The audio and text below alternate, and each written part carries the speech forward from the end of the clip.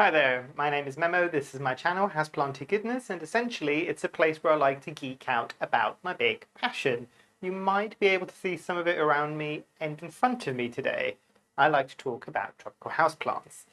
So today's video is going to be a continuation of the plant review series, and this is one that's been requested a few times by different people actually, both on YouTube and on my Instagram. And today I want to talk about the glorious plant that is in front of me, which is the Philodendron Melanochrysum. Now, for the new people that are joining this new review series, just a bit of kind of ground rules or a bit of an overview of how these things are run. So these reviews are always going to be highly biased to my opinion because I can only talk about my experience with these plants. And usually, for most of my plants, I've usually only got one plant or a plant and its propagate, so I can talk specifically about those. It will also be skewed by my growing conditions, so I'm obviously based in the UK, where it's grey like it is today. It's also windy today, so apologies if the audio sound isn't as great as it could be. We've had a few back-to-back storms here, so fun times. I'm also growing in a conservatory, which you might be able to see kind of around me and behind me. And that generally means I've got a lot of top-down lighting, and the humidity in here stays relatively high, between 70 and 80%. And what else can I say about the space? It's usually, at least in the winter, which is where we're in now, essentially, it stays between, the lowest it will ever get is 15 degrees and the highest is usually 20 to 22 degrees Celsius. The other thing to bear in mind is with a lot of these plants, I've had them for many years. For instance, this Melanochrysum I've had almost coming up to 2 years now, and I can speak on my experience throughout that period of time. I've also had a lot of these plants. I have moved house 3 times in the last 3 years. So I've grown in different conditions. There's not always been a conservatory. Conservatory is a relatively new thing in my life and a new thing in the plant's life. Now, the way that the reviews are going to get done is it's in a very similar fashion to how you would see an Amazon review, because as far as I'm aware, these types of reviews don't exist yet online. I think I'm the only one doing them so far. And it's more of a review of longevity, on how it is to actually have the plant. I'll cover things like my background with the plant, ease of propagation, speed of growth, availability when I first bought it, pests, all of these things. The other thing that I always would encourage all of you to do is, if you've got this plant and you want to leave your own little review down in the comments down below, that'd be great, because essentially what could happen is these videos can become an area where people can come and see how other people have experienced these specific plants. So enough of me kind of doing the intro, let's go into background. So the background of this plant was that I got this, as I said, almost 2 years ago from a local plant store. I think this might have been still when we were in lockdowns, I think. And I had this in my previous property, and the humidity in there was quite good. I didn't have top-down lighting, so it was usually, I think I was actually growing this under a grow light originally. And I think this might have been one of the plants that I actually had on the heat mat for a while. And I know people have asked for a heat mat video. It is coming. I just need to get my head around it on how I'm going to structure it, and I will bring it out soon, I promise. But yeah, this is a plant that I got. It was a relatively mature plant. I'll see, as usual, I'll see if I can add a picture of when I first got this plant. It is from my plant app, so none of these pictures are Instagrammable, the old ones, but at least it gives you a bit of an idea. It did have relatively mature leaves, so some of the original leaves that came with the plant, I'll see if I can raise it a bit just so you can see. I think I've got like a few of them on there. They were relatively large to begin with. They're not huge by any stretch of the imagination, but they were relatively large, and it did manage to get the leaves to get bigger as it grew. Now, I know there's a lot of other people that have actually managed to get even larger leaves on their Melanochrysums, and I know that they've had some great success with moss poles, and as people that have been here for a while, and as you might be able to see if I move this around, I am a firm supporter of janky support sticks, but within this plant, I would say something like a moss pole, or even if it's a more juvenile plant, something like a plank. And I've done a different video about planks and I'll link it up here. Those will be the ones that will probably give you the biggest types of leaves.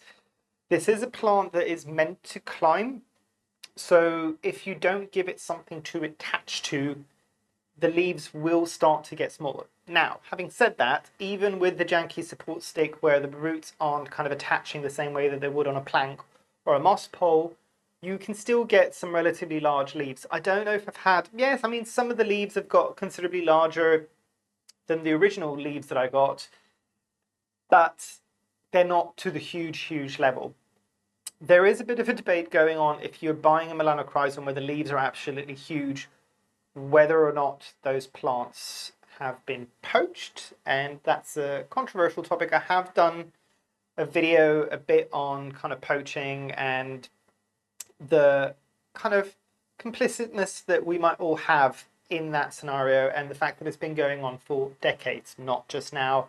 And I'll see again if I can link the video up here in the corner. But in terms of this plant, I know this is one that some people struggle with. I have found it relatively straightforward. This is one of my plants that I think you might have noticed when I lifted it up, and I'll see if I can lift it up again. You might be able to see, yeah, it's in terracotta pot, and it is in my aroid soil mix, and I have got another video and I'll link that as well. Sorry about all the links, but people will ask me generally in the comments, so I thought I might as well just put the links up and people can find them when they need to, basically, now that I've figured out how to do that. But yeah, really cool little plant. I'll come back to the fact that this leaf here is a bit ripped in a moment. But yeah, let's move on to the next topic.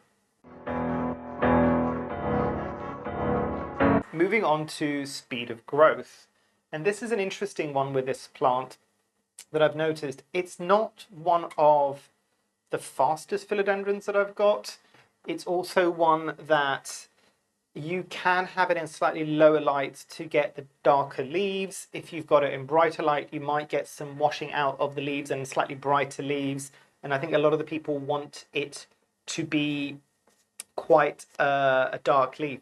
The other thing as well, and you might be able to see from the new leaf that's coming in here, Melanochrysum, and I think I've spoken about this in a different video, but Melanochrysum, the word comes from a Greek word, which is melano, which means dark, and then chryso, which is gold, so dark gold, which you can kind of see a bit when the new leaf emerges. It's that kind of unctuousness of the slightly darker leaves, but it's also got a bit of a gold hue, which is really cool actually. But in terms of growth and speed, coming back to that, not one of the fastest philodendrons that I've got in my care, and obviously I can talk about the situation in here, and it wasn't very different when I had it in my previous property. In the previous property, as I said, it was in a conservatory, it had high humidity, but it had regular light coming in from windows, nothing from above. And it was always getting bright indirect light. And I think that's a thing that I've realized with this, and also comments that people have left on some of my Instagram videos. And if you're not following me on Instagram, the links are down below as well, join along. But they were saying that this is a plant that does generally need a decent level of light, basically. And then obviously you need to get the watering just right.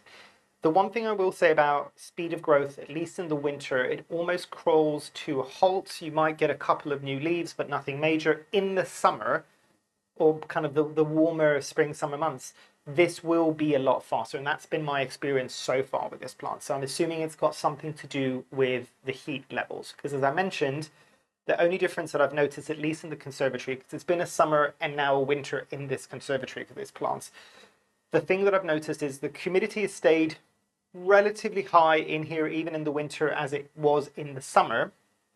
But obviously the temperatures of things has changed. So unsurprising, plants will grow a bit faster when it's a bit warmer as well. The other thing that I will say about this plant, and maybe this is just my experience, if you've had different experiences, do drop it in the comments down below, is that I've noticed that this is one of the slightly thirstier philodendrons that I've got.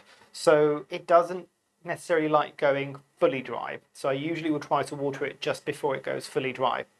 Now, as I said, not hugely fast. I know that sometimes the smaller rooted cuttings might take a while to get going. This was a relatively established plant, and you should have been able to see from the image that I shared previously in the background section.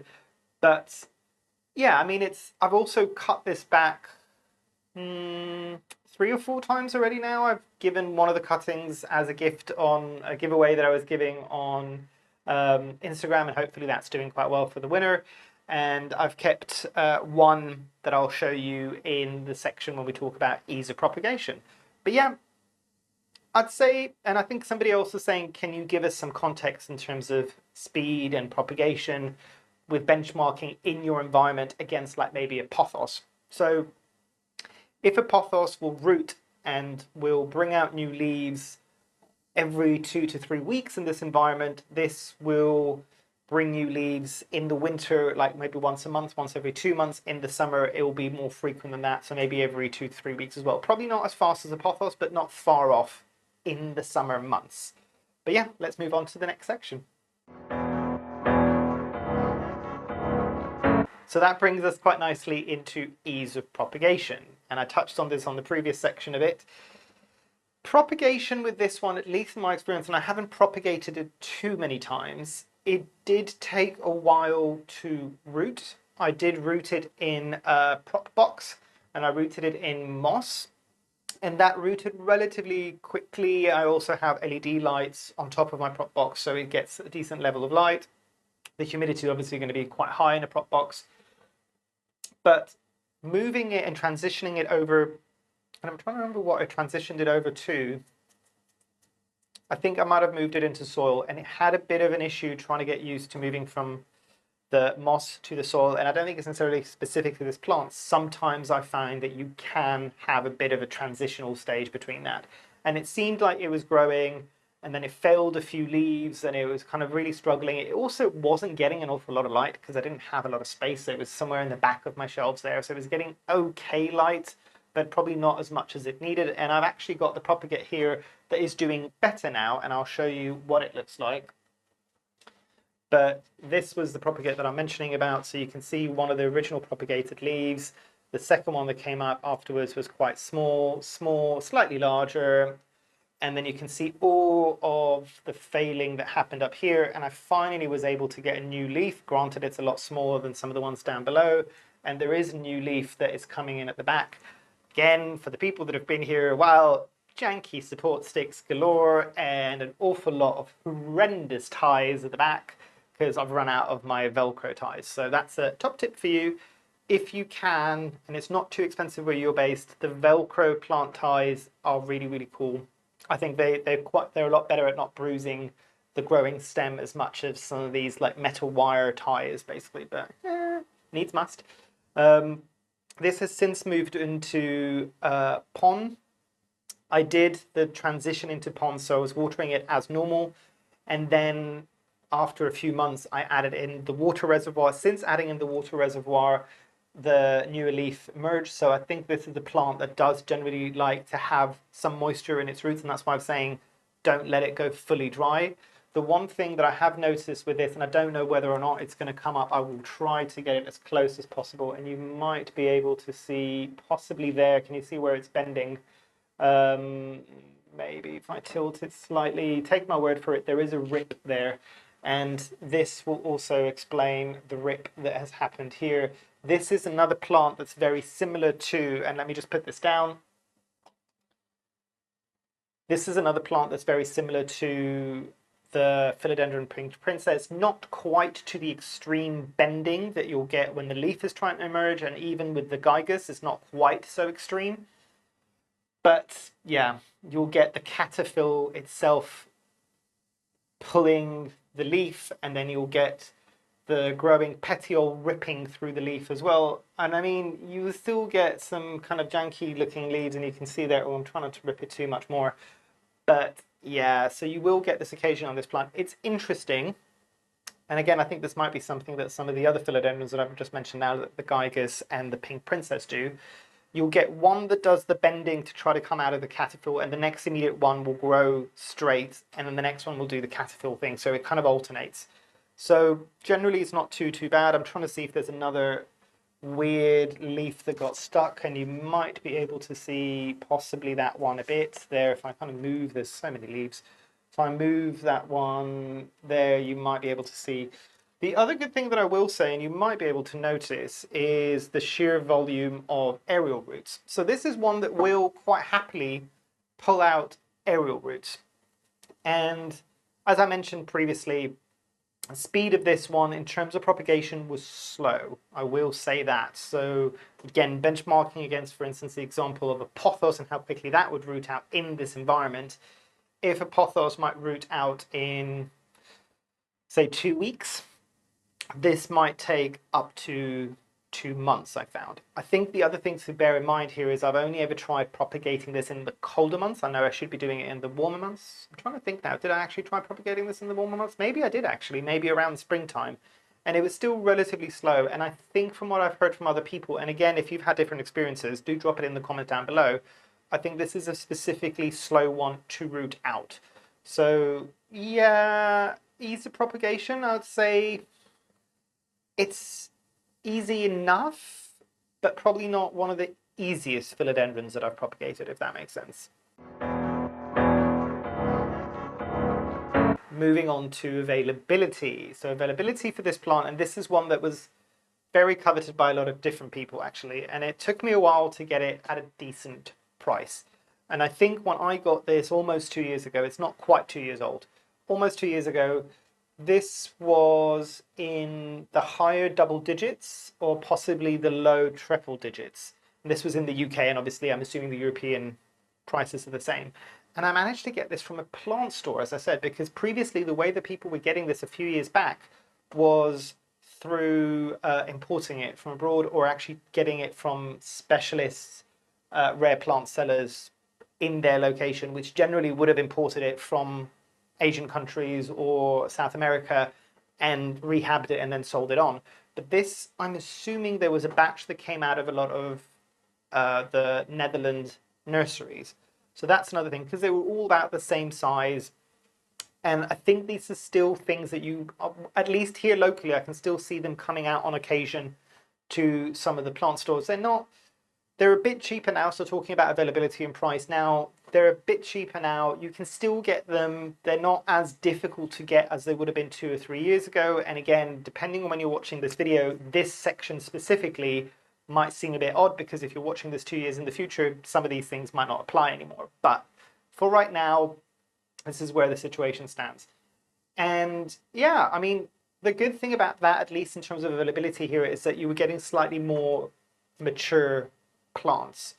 I don't know what people's experiences have been with those mature plants, if they could keep them happy. The one thing I did do with this plant, and it's not something that a lot of people suggest quite early on, I moved it out of the horrendous pure coconut coir soil as soon as I could into my light, airy, arid soil mix. And I've had good success with that. So when there's certain plants that I know, or I've done my research and I know that they can be a bit more specific about their soil, I'm thinking also about the Scindapsus moonshine.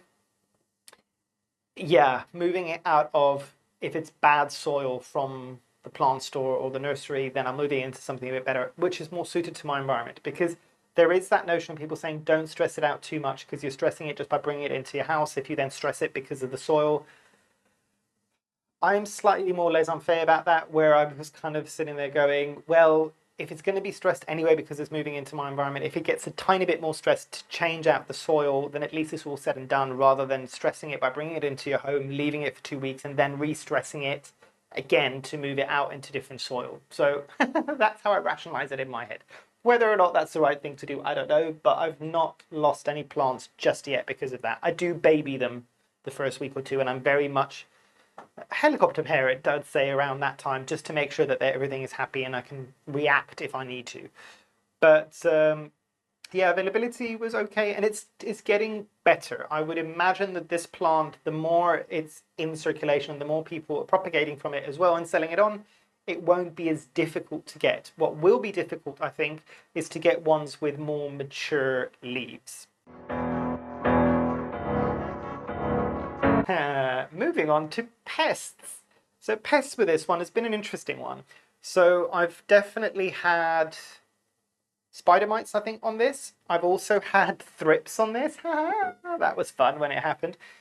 Neither one of those two pests grew at an alarming rate for this specific plant. So there is that. And I will say that generally it was quite easy to treat. It's not been a specifically sensitive plant for me to get things like a systemic pest control or even neem oil, anything like that. The one thing I did get in here, and again, this might be relevant to the fact that I'm in a conservatory and the humidity is as high as it is, and specifically in the summer, it makes my life super fun. There was some mildew that was growing on the leaves, so I had to deal with that because obviously the velvety leaves tend to be a bit more susceptible to things like mildew in a very high humidity environment, and that's why you can usually see sometimes in some of my videos, and you might be able to hear it as well, the fans going around just to keep the air circulation moving.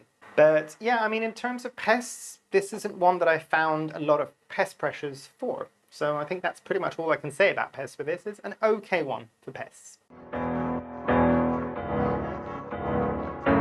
Final thoughts for this one.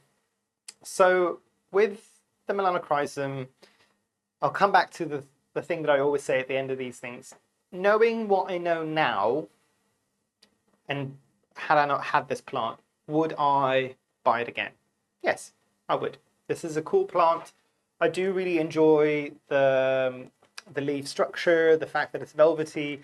I love the new leaves when they come in, even if they do have a slight struggle trying to unfurl sometimes. Do I think it's the easiest philodendron out there? Probably not. Do I think it's the easiest one to grow large leaves? Probably not. Again, I'd say you need to kind of get the environment right and give it some form of a support relatively quickly. And the thing goes with a lot of the moss poles and a lot of the planks, you won't get the leaf going from tiny to huge within 2 or 3 leaves. It takes a while. So bear in mind that you need to give it enough of a moss pole or add to that plank as it's growing up in order to kind of continue getting some of those bigger leaves.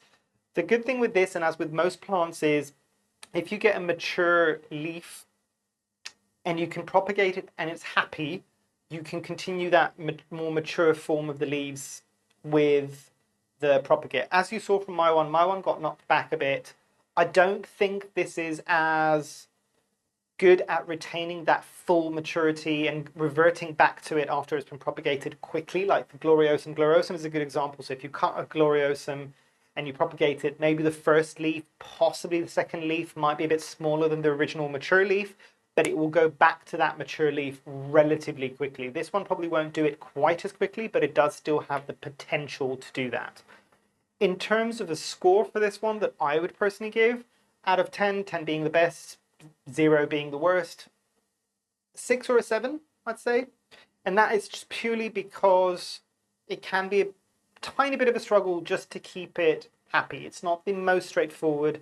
Philodendron, it is beautiful, however, it's also not the hardest one to keep happy. It doesn't have an awful lot of pests. It's becoming a bit more available now. But yeah, tell me what you think. Would you agree with the score? Would you mark that as a bit higher, a bit lower? Let me know down below. But yeah, hopefully you've enjoyed. Hopefully I shall see you here soon. And I truly, truly hope that you have a great rest of your day. Thanks. Bye.